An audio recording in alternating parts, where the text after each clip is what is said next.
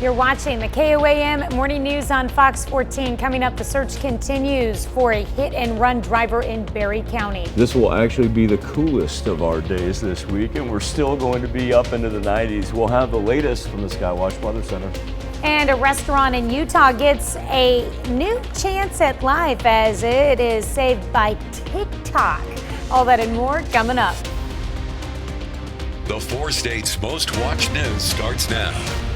Thanks for joining us for the KOAM Morning News on Fox 14. I'm Tanya Bach. Starting this week, drivers in Neosho should watch for contractor crews making sidewalk improvements and working close to traffic along Route HH. Improvements include making sidewalks, curb ramps, and pedestrian areas conform to Americans with Disabilities Act requirements along Route HH between South Street and Chartel Road.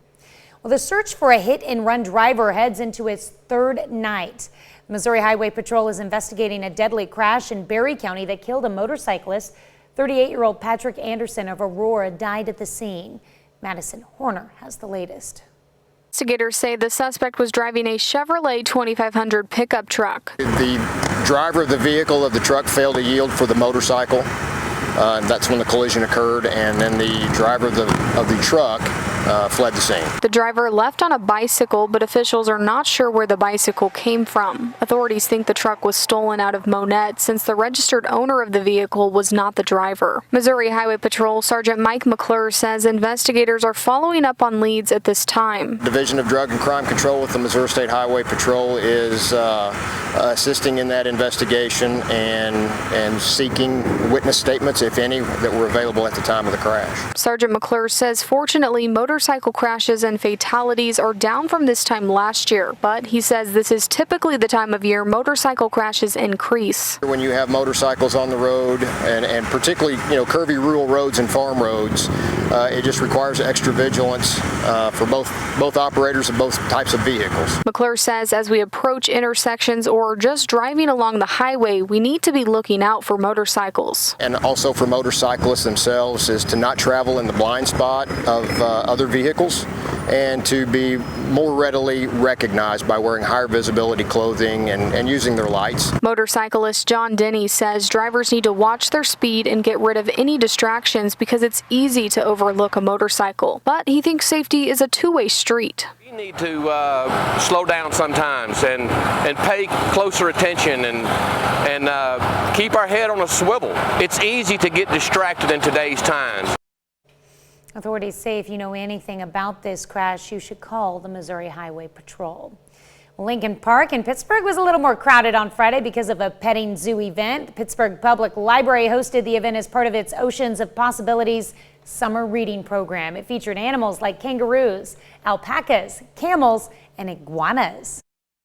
Well, the children seem to like the animals, and most of what I use is, I use animals that's been used before, so they're used to it. The event was free and open to the public. To see what other fun events are happening in the area, you can go to our website at koamnewsnow.com/events. Well, the mini Hackney Community Service Center Sunday at Kellogg Lake held a barbecue and fishing competition, along with games, music, and dancing in celebration of Juneteenth. Juneteenth commemorates the emancipation of slaves in the U.S. The community group aims to bring awareness and educate people on what the holiday means. It honestly feels amazing because I didn't get to grow up with a lot of, I grew up with community, but I feel like we've kind of gone past that. In the past couple of years, we haven't been coming together as a community as much as we should. So having it recognized federally and then having an opportunity to do events like this is really making it amazing. To find out more on this story, you can go to our website at koamnewsnow.com. Vince McMahon is stepping back from his role as chairman and CEO for the WWE. This comes as the wrestling company investigates claims of alleged misconduct.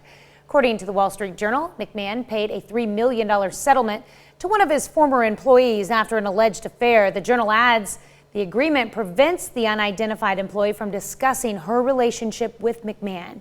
McMahon says he is fully cooperating with the probe. His daughter, Stephanie McMahon, will fill the vacancy as interim CEO and chairwoman. Actually, I had a long conversation with a friend of mine who works at the WWE over the weekend and how this will change plot lines going forward. Interesting. Eggshells. That's what it is right now. Walking on eggshells? Easily described as eggshells. That's about the extent of it.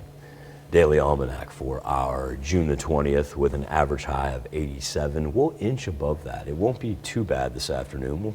We'll go around 91 degrees. Won't have to worry about that record from, guess what, 1953. 1952 and 1953 were those daily highs. They keep on popping up. Ever since last week. There we are over 7th and Rangeline, where we currently sit at 65 degrees. Humidity, that's not bad, especially since it's going to continue to drop. We'll be down around 50% later on this afternoon. Up above the 60-degree mark now in Cassville. That earlier was as low as 57. So now Cassville's up to 62. Chinook's been at 72. Let's roll 66 in Nevada and 62 right now in Miami. Skywatch Storm Tracker, clear as can be. If you got to be on the road today, you got no worries whatsoever. And there's the old heat dome that everybody's been talking about. Keeps the thunderstorm activity out to our west, and the heat dome will eventually expand to the east. When I say expand, it's not going to be so much the column that shifts to the east. It's just going to be wider spread hot temperatures. So let's go 91 today, and then as we work toward the end of the week, and we see it get a little bit hotter each and every day. Mid-90s for Tuesday through Thursday, high 90s. Ouch! Watch out for Friday and Saturday. Up next, 2 U.S. states confirm new cases of monkeypox. And later, Annie Listenby steps back into the studio to talk about her debut teen novel. You're watching the KOAM Morning News on Fox 14. Topping Health Watch this morning, 2 more states have reported their first cases of monkeypox, those being Indiana and Missouri. CDC reports 113 monkeypox cases have been confirmed in 21 U.S. states and territories as of Friday. Missouri Department of Health says the state's first case, a Kansas City resident who had recently traveled out of state.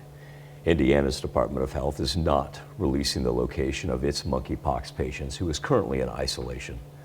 Monkeypox is a rare but potentially serious viral illness spread in skin-to-skin contact with bodily fluids. Most cases, 75% or more, from people who think they may have been exposed during international travel. So the U.S. has ordered more than 300,000 additional doses of the vaccine and more ready for order if needed. COVID-19 vaccines can start going into those little arms today as CDC Director Dr. Rochelle Walensky signed off on COVID-19 vaccinations for kiddos under the age of 5. Her action follows the green light from the CDC's Advisory Committee on Immunization Practices. All 12 members of the CDC's Advisory Committee on Immunization voting to authorize Moderna's 2-dose vaccine series. The shots are recommended to prevent against coronavirus in children 6 months through 5 years. Earlier, Moderna's vaccine series for young children got emergency use authorization from the FDA. In New York City, Mayor Eric Adams has set up 10 vaccine centers, providing more options for children to be immunized against COVID-19. Each dose of Moderna's vaccine for younger children is only 1/4 of what adults get. So put that into perspective for you. A new study suggests an eye test can foresee heart attacks years before they actually occur. This comes out of University of Scotland. It says a simple eye test can help predict heart attacks more than 5 years before they happen. Analysts created a personalized forecast model from volunteers who had heart attacks. The test studies different abnormal patterns of blood vessels in the retina. Those are a sign of coronary artery illness, according to these analysts. They say their tests can spot either life-threatening diseases like a stroke and also high blood sugar. A new study says a type of compound found in 2 things and 2 kinds of fish can actually help us all reduce Alzheimer's risks. Scientists at the Fatty Acid Research Institute, yes, there is such a thing evidently, I'll repeat that, the Fatty Acid Research Institute, they say tuna and salmon contain a type of omega-3 fatty acid called DHA that helps people reduce chances of getting Alzheimer's disease. What they did is they analyzed 1,500 people, 65 years or older, and they found that people getting the omega-3 DHA that they talk about there in salmon and tuna were 49% less likely to develop Alzheimer's and will live 4.7 years without it. Back to COVID-19. I feel like we're here, there, and we're everywhere. We're just like grabbing health stories, just put them together. Pandemic's effects on public health are hard to measure, but a new study suggests it leads to a downturn in addiction treatment. Researchers at Johns Hopkins analyzed the number of prescriptions written for a medication used to treat opioid dependence and noted a prescription decline in 2020 among people between the ages of 18 and 29, even though overdoses were rising. A large-scale mammogram survey reveals a wide range of outcomes detecting breast cancer among racial and ethnic groups. It's led by a team at the University of North Carolina. They say the disparity in the exam's accuracy may be due to the equipment used and the skill of technicians operating it, but that none of the screenings fell below minimal acceptable standards. Back to COVID-19. It can be difficult to read someone's expression if their face is covered. However, if they're on camera, probably not. Researchers in Japan say transparent masks could be a solution. In a study, volunteers compared 3 sets of photos. The first shows a person without a mask, second one shows them wearing a surgical mask, and then the third, a clear plastic mask. Surgical mask was the only one that caused people to misidentify the subject's facial expression. Foregoing your morning cup of joe for a cold vanilla milkshake is evidently perfectly fine today. Why? Because Trevor's Milkshakes brings everybody to the yard. Yes, I actually heard that. I heard you guys behind the soundproof glass. I knew I'd get something out of you on that. No, today is National Vanilla Milkshake Day. I did not know such a day existed. Every year on June the 20th, the flavor that serves as the base for most milkshakes is honored. The vanilla milkshake evidently was not always made, excuse me, with ice cream. I'd go for a milkshake right now, I'm not gonna lie to you. Like anything's gonna help, right? Anything's gonna make me sound better than, the Exorcist movie coming out of my vocal cords right now. According to the National Day calendar, people in 1885 served their milkshakes with whiskey instead. Okay, I probably should back off on that. I do not need a milkshake this morning, never mind. All right, early 1900s, ice cream was added to what we now call a wholesome drink. And by the 1930s, a hit in malt shops everywhere. That's what you get for ad-libbing and not reading ahead. You're just like, I could go for a milkshake. No, I could go for an old-fashioned milkshake. Oh, wait, Michael. The FCC would probably frown upon that. Frown upon you doing that on air. All right, currently over 7th and Rangeline right now. We sit at 65 degrees. I feel terrible because Annie Lisenby is over here in the studio, and she's not sure whether it's okay to laugh at me. And she's such a marvelous author. And what was that? It's okay to laugh. Yes, Annie, it is perfectly fine to laugh at me this morning. It's like I said, when it sounds like The Exorcist is coming out of your vocal cords, there's not a whole lot you can do. Temperatures ranging in between 62 that we have down in Cassville. Cassville earlier was down into the 50s, so the sunshine didn't take long to warm it up. And then we've got low 70s out throughout southeast Kansas, including Chanute and Yates Center, already at 72. But I tell you what, we're kind of here, there, and everywhere, because look down in Miami where it's 10 degrees cooler and only sitting at 62. We are void of any watches or warnings today. The heat advisories, those will reemerge by the time we get to tomorrow. But really, there's not much concern about the heat nor the wind today. And here's why. The humidity is going to drop down to around 50% this afternoon. And so that temperature of 91, it's only, and I realize that, I say only, but think about the heat index readings that we had last week. Today's only going to feel about like 93 to 95 during our peak heating time. That is not bad at all. Now that's going to change from Tuesday through Thursday, where our heat index readings easily going to be triple digits. And then Friday and Saturday, well, those won't be heat index readings that are triple digits. We'll have actual temperatures that exceed 100 degrees, especially down to the south and out to the western portion of the 4 states. We will be back with more KOAM morning news. Annie Lisenby, she has laughed at me enough. Now we're going to put her on the spot, and we're going to interview this marvelous 4-state author about her new book when we come back right after this. Welcome back. I'm here having some laughs with Annie Lisenby here, a local author who has just released her latest book, a 3-lettered name. There's going to be a book signing on Saturday. We'll get to that in a minute. You've also written for Chicken Soup for the Soul. We've got a couple of those books here with your stories in there. Real quickly, tell me a little bit about this newest book, your first debut novel. Oh, thank you. Yes, my full novel being released. It is a young adult novel, so it's a great read for teens. Great summer read, too, for people who want a good page turner. The core of it is a romance. It deals with 2 people who have new disabilities, and they're learning to live together, but also learning to protect the island where they live. So it has a survival adventure element to it as well. And we dug into the learning to work with disabilities aspect of it and that background of it in our last segment. And of course, you can find both of these on our website at KOAMnewsnow.com if you want to check that out. What I want to talk to you about in this segment is what it took to get this book published. Oh gosh, well, it's every book that is born, it's like having a baby. There's always a story of where it began and how you actually got it in your hands. And so this one, I was inspired to write it after leaving from a missions trip in Puerto Rico. I was with a friend, and she has a hearing aid she has to wear in one ear because of a defect she was born with. And she would turn that off and then sleep on her good ear if someone was really loud on the plane. And so as I was getting on the plane, the thought hit me, oh, what would it be like if someone had some sort of sense or some sort of ability, and that helped define who they were in their world, and what if they lost that? So the main character in the book, inspired by my friend, she becomes hard of hearing, loses her role in her community, and that changes her trajectory. So I wrote the book, and it took about 9 months to write it. So again, like having a baby.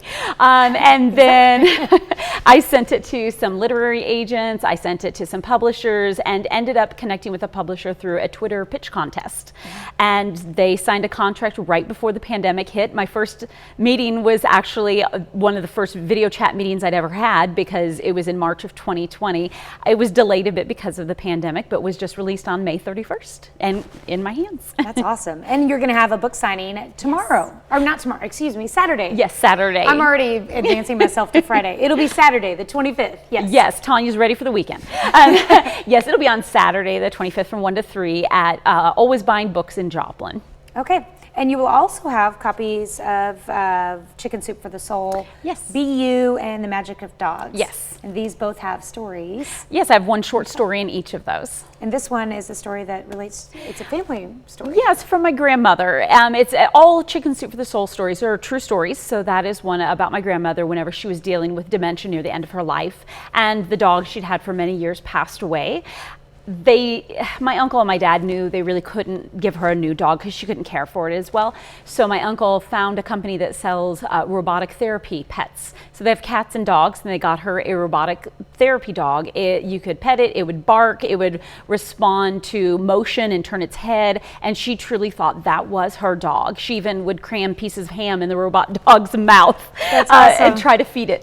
That is awesome. So how does Chicken Soup for the Soul find you, or do you find them, or how do you get connected with them? That's an excellent question. Yeah, they have on their website, if you look on there and click on the submissions tab, I believe it is, they have lists of topics of different themes for different books, and they have the parameters of how many words it can be and what formats and whatnot, and you just submit it through their program, and they'll contact you if they want to use your story. And it's nice because they do also pay for the stories too. That's awesome. That is awesome. So how do you I'm obviously in the writing world, you can't be afraid of rejection. Oh, not at all. No. You gotta keep plugging forward. You always try. Well, actually, I'm wearing one of my necklaces today. This is something I've shared on my Twitter account and things like that. If anybody does want to follow me on social media through my website, annielisenby.com. Okay. But what I did with this is every time for this book, for a 3-letter name, every time I sent it to an agent or a publisher, I put one of the beads in a jar.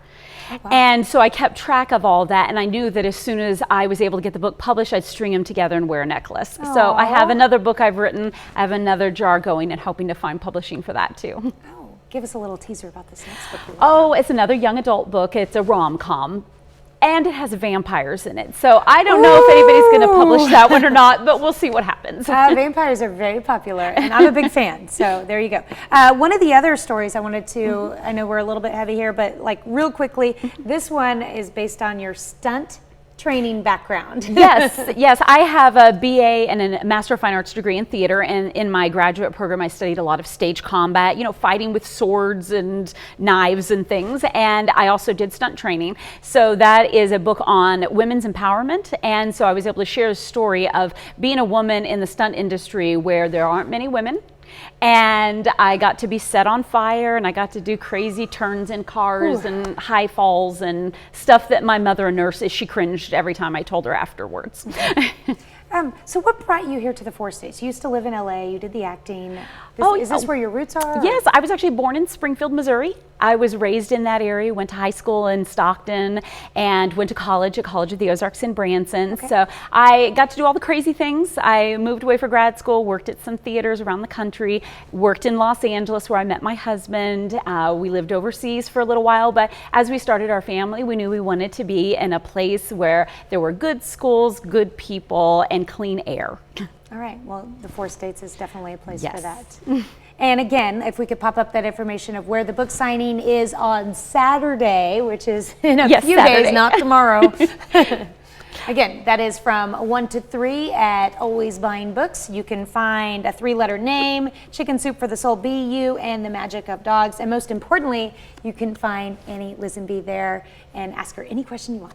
Yes, I love meeting readers. And I also, if people want to check out my website, I have exclusive content for my book that includes deleted scenes and study guides or discussion guides for book groups and teens.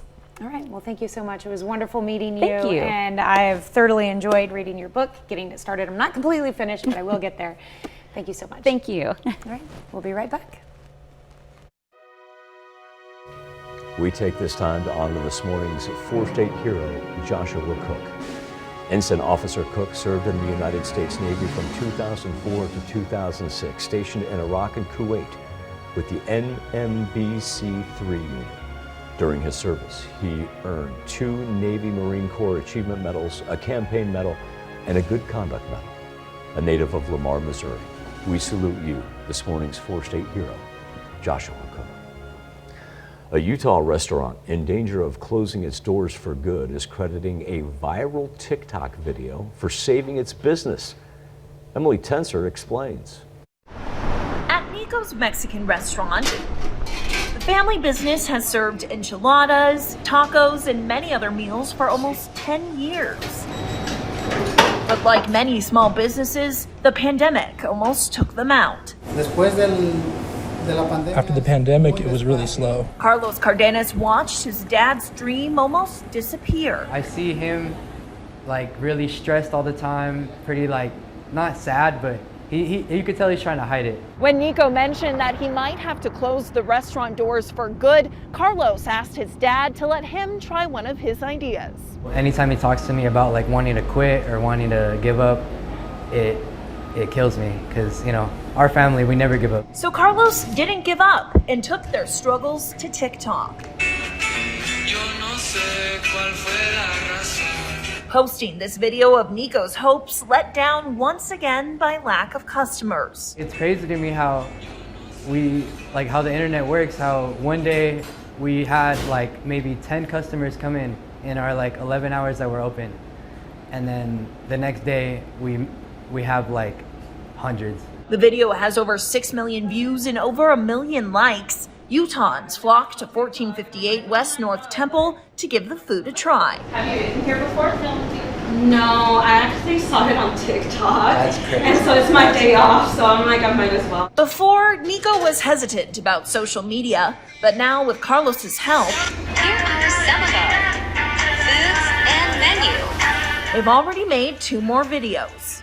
I think now he realized like, okay, I think I gotta be more open with social media and I gotta try this out more. Carlos says this past week has been the busiest it's ever been, and his dad's hard work has only inspired him more. Seeing him fight and then finally it paying off, it makes me really happy for him. Excuse me. Another half hour of news and weather just ahead. Coming up on the KOAM Morning News on Fox 14, over the weekend to celebrate Father's Day, a battle of the dads. Our very own Carrie Werther is going to take us there. And with a drought brought on by climate change, bringing out mysteries that have been buried for years, we'll find some answers as you're watching the KOAM Morning News on Fox 14. Be right back. The 4 states' most watched news starts now.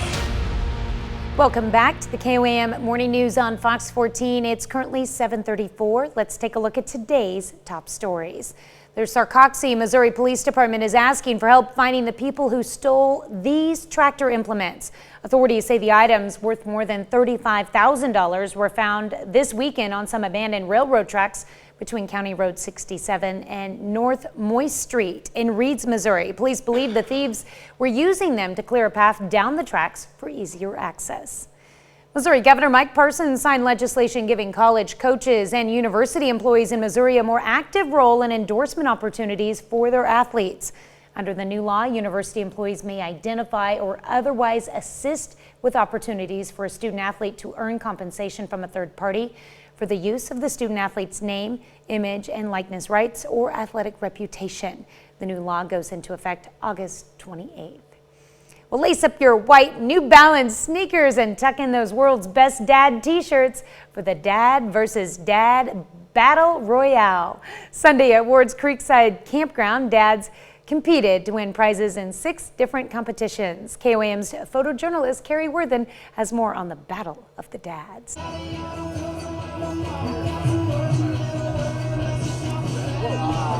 That's not how you're supposed to do it. We wanted to let the dads shine. We wanted to see who the world's greatest dad was. You've got your shirt, bring it out, let's see.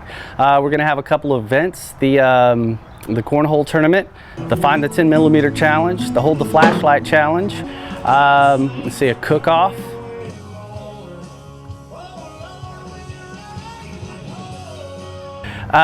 So we're just gonna have a good time. We got a DJ out here gonna spin some tunes and see if we can't appreciate the dads a little bit today.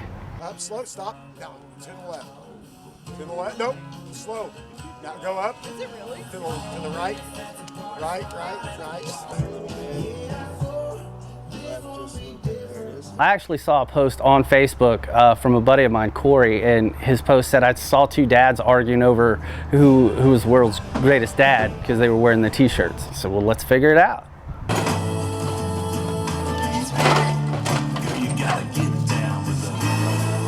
713. It's what dads do. We go camping and cook out. See on the commercials, Mother's Day, $3,000 rings from K Jewelers. For Father's Day, cargo shorts, $11. That's why we're doing this. Show dad appreciation.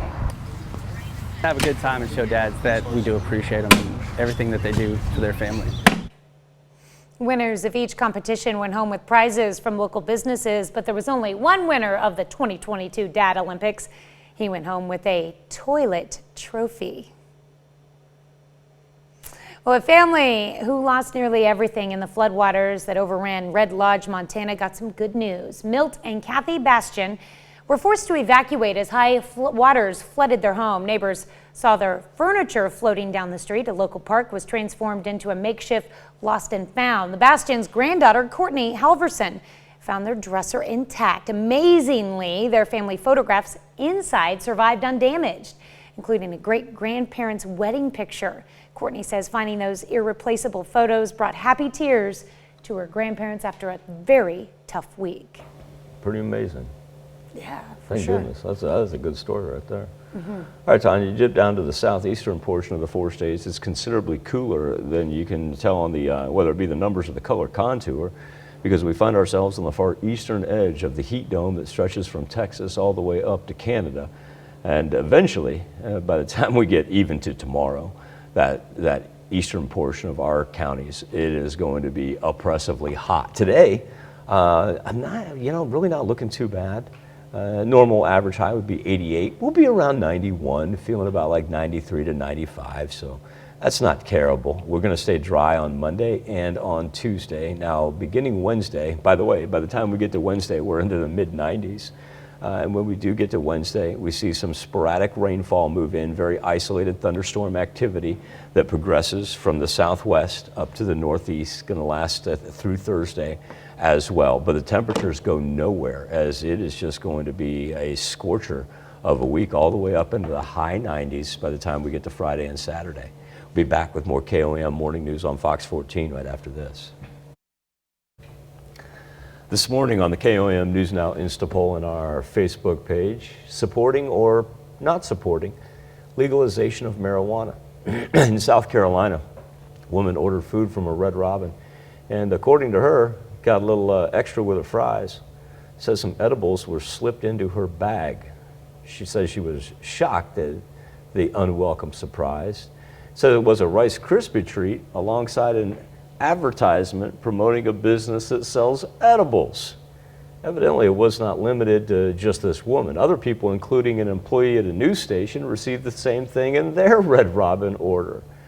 Now, the health department went in, county health department went in. They said that they did not find anything illegal that was going on. Our question for you, specifically this morning, is do you support the legalization of marijuana? Right now, 60% of you say yes, you do support legalization. 40% say no. Each and every morning, KOAMnewsnow.com/vote. That'll deliver you right to the poll. You can vote right there. You can also connect to us via our Facebook page at KOAM News Now. Over the past 2 decades, Lake Mead, it's the nation's largest reservoir. It's dropped some 180 feet. It's now less than 30% full. So as the water levels drop so low, there's some grim discoveries that are being revealed, and some believe this may only be the beginning. Danye Bacchus with the story. The mega drought in the West is revealing a dark side of climate change. In May, the plunging water levels at Nevada's Lake Mead uncovered 2 bodies. One in a barrel, Las Vegas police identified as a homicide victim, a man who had been shot probably between the mid-1970s and early 1980s. The second found in a newly surfaced sandbar. No foul play is suspected.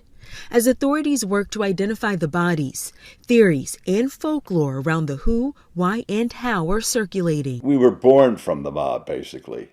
Unlike any other city that you could think of. Oscar Goodman is a former Las Vegas mayor and an attorney who once represented members of the mob. If they're able to identify the caliber of bullet, that would tell them an awful lot as to whether or not this is a, quote, mob hit or not. While there are still questions around the Lake Mead grim discoveries, there seems to be one certain: more unidentified bodies could be located. The biggest thing for us is that we need to start preparing for these to be more frequent events. Jennifer Burns is a forensic anthropologist and professor at the University of Nevada, Las Vegas. So we're going to start getting more cold cases from areas that we would not have expected to get them from. She says climate change is affecting her profession, with water levels receding, wildfires increasing, and the frequency of storms like hurricanes. She believes Lake Mead is only the beginning. Glaciers are melting, and so those are revealing bodies. So there's a lot of different examples of how climate change is impacting forensic science and human identification. And it's anyone's bet what will be discovered next. Danya Bacchus, CBS News. Be back with consumer news right after this. In Consumer Watch this morning, because the 19th fell on a Sunday, the nation will observe Juneteenth today. U.S. financial markets are closed, as are most schools and government agencies. Post offices will also be closed, and there will be no mail deliveries. This weekend, workers at a Maryland Apple store voted to join a union. They are the tech giant's first retail employees to do so. Final vote was 65 in favor of unionizing, with 33 opposed, a nearly 2-to-1 margin. It was a busy weekend for SpaceX. The company carried out 3 successful satellite launches in 3 days. The first blastoff happened Friday at the Kennedy Space Center. The next day, a Falcon 9 rocket carried a German satellite into orbit from Vandenberg Space Force Base in California. On Sunday, another Falcon 9 took off from Cape Canaveral with a Global Star satellite on board. The 3 launches took place within 37 hours of each other. We'll be right back. A little update for everybody here as part of our tower power increase. coming up here later on this morning. Do not want you to be alarmed. And it's going to be temporary, probably last 25, 30 minutes is all it is. But Fox 14 and KOAM, we're going to take a brief little break. Like I said, 25, 30 minutes, that's going to be it. We're going to be right back on. And what we're doing is we're essentially shifting power from one antenna to another. And then eventually, when we get the permanent big tower back up, then we're going to blow the doors off everybody, power-wise. So once again, I want to apologize. You blame the weather dude, perfectly acceptable.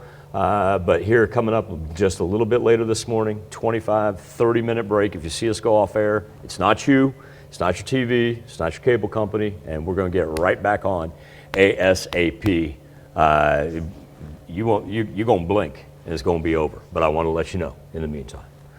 The original Iron Chef popularized cooking competitions. The delectable spectacle is now back and it's commercial free. Our man Rick Demigella with the story. Let us prepare for the biggest battle this kitchen has ever seen. An all-new kitchen stadium, an all-new Iron Chef competition. The heat will be on. Our secret ingredients: chili peppers, live sturgeon, game birds. Whoa! Iron Chef Quest for an Iron Legend supersizes the cooking competition for the streaming era. We don't stop. You know, there's not a commercial break, which really does change the way that we can structure the shows. There's a lot more personal storytelling involved. We're far more interested in the chefs telling their stories, talking about themselves, where the food comes from, which adds a whole other layer of flavor to the overall competition. I get to smell, watch, sometimes taste. If somebody shares the energy on the set, people are all happy to be there. It's exciting because, you know, for those 60 minutes, we don't stop. This is a luxurious kitchen. It's big. Alton Brown's new co-host is Chef Kristen Kish. This is an incredible opportunity, and I have learned an immense amount about what I do professionally through the chefs, what my new role is, and how I can grow personally just by watching these two. The top challenger from the entire competition will be facing off against all 5 culinary giants in our grand finale. It's a true 60 minutes, and you have to do 5 dishes, and you can't make a mistake. Because if you make a mistake, that just dominoes for the rest of the 60 minutes. You can't lose 2 minutes on something. Could I have about 4 of these to go? It was just so much fun to be in that stadium and sweat and cook and be with these amazing chefs. Like, for me, it's like you feel like you're truly living. 5, we got it. 4, 3, Come on. 2, play, now 1. Ready for seconds in Hollywood, I'm Rick Damigella. Iron Chef Quest for an Iron Legend is streaming now on Netflix. Before you even watch that, make sure you go back and you check out the old ancient editions from like the mid-1990s with the subtitles, because you'll find yourself on the edge of your seat just watching that. They did a really good production job with that. We'll be back with more KOAM Morning News on Fox 14 right after this. Welcome back to the KOAM Morning News on Fox 14. Here's what's happening today. Infants, toddlers, and preschoolers will start receiving COVID-19 vaccines this week. Centers for Disease Control and Prevention announced the decision over the weekend. Millions of doses are now being shipped to doctors, hospitals, and community health clinics nationwide. The San Antonio Express News reports surveillance video shows that for 77 minutes, police never tried to open a door leading to 2 classrooms in a Uvalde, Texas elementary school. An 18-year-old gunman was inside and killed 19 children and 2 teachers. The paper cites police investigators who say the door was likely unlocked. Yellowstone National Park will reopen its southern loop at 8 a.m. on Wednesday. Extensive flooding in the northern part of the park and surrounding areas wiped out bridges, roads, and homes. Park officials say more than 10,000 people had to evacuate. Temperatures right now ranging in between the mid-60s south of I-44 into the, almost the mid-70s if you get up to 73 there. In Yates Center, we'll all be in the 90s here later on. We'll go low 90s today, feeling about in between, say, 93 and 95. But then our actual temperatures are going to be in the mid-90s from Tuesday all the way through Thursday, Friday and Saturday. Hello. That's when we're going to feel about like 107 or 109. Move over, Arthur. The San Diego Zoo is introducing the public to a new aardvark. Meet the zoo's newest female aardvark. The cub was born May 10th and is the first aardvark cub born at the zoo in more than 35 years. Did you know the literal translation of the word aardvark, derived from Afrikaans, is earth pig? Yes, it is. And this girl is thriving, weighing in at just over 13 pounds, which is triple her birth weight. The cub will remain in an off-view habitat with her mother for about 2 months, giving them time to bond. Zookeepers expect when the mama's ready, she'll bring her cub outside to share with guests at the Africa Rocks stage. The little girl does not have a name yet. Artie, thank you so much for letting us put the good in your morning. We'll be back with more news and weather when we see you at noon. Have a great morning and an even better day.